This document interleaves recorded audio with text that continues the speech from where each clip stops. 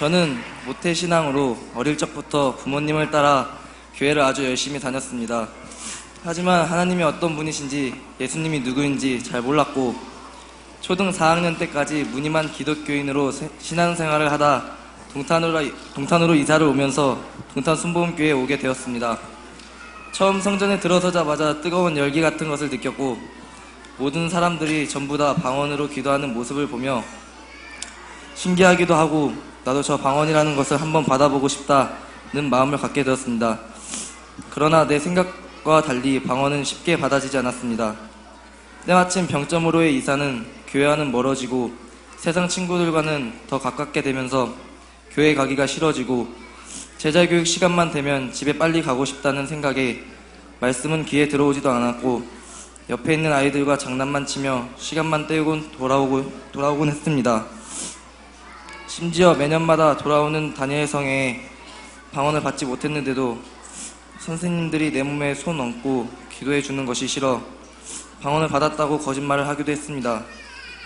지금 와서 생각해보면 너희 인내로 너희 영혼의 구원함을 받으라는 말씀처럼 제게 인내의 마음을 키워주시기 위한 하나님만의 방법이 있었는데 제가 그것을 깨닫지 못하고 급하고 참지 못하는 마음에 방언을 받지 못한 것에 대한 낙심과 절망 등으로 교회를 멀리하고 세상 친구들과 가까이 한 것이 후회가 됩니다.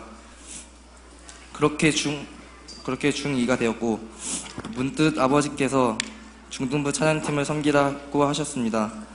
아버지의 강요로 어쩔 수 없이 하는 봉사는 힘들었고 찬양팀 아이들과 싸우기까지 하였습니다.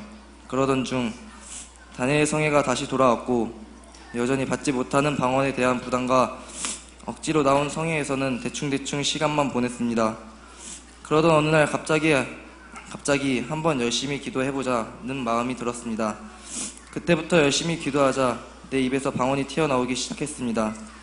그러나 방언에 대한 확신은 그로부터 1년 뒤 중학교를 졸업하고 고등학교에 올라가는 다니엘 성회에서였습니다. 열심히 기도하는데 갑자기 환한 빛이 보이면서 방언을 시작하게 되었고 의심할 수 없는 방언의 확신으로 마음 평안하고 기쁨이 넘쳐났고 하나님이 진짜 살아계시다는 것을 알 수 있었습니다. 그 후로 저의 생활은 바뀌었습니다. 성령 세례를 받기 전에는 세상 친구들과 노는 것이 좋았는데 지금은 교회에 나와서 찬양팀으로 봉사하고 섬기는 것이 더 좋아졌고 내가 생활하는 모든 곳에서 하나님께서 지켜보고 계시다는 생각에 잘못된 행동, 사소한 거짓말도 점점 안 하게 되었습니다. 고등부 찬양 연습을 할 때 이번 주는 어떤 찬양으로 하나님을 높여드릴까 하는 생각이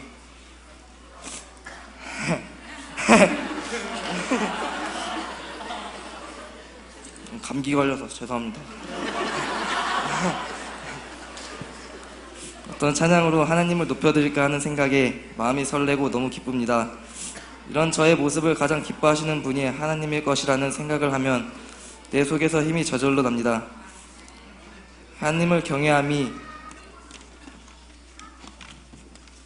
지혜의 근본이요 거룩한 자를 아는 것이 명철이라는 말씀을 마음판에 새기고 제자교육을 통해 새삼 곧 거듭나 하나님 나라에 들어갈 수 있도록 노력하겠다고 고백합니다.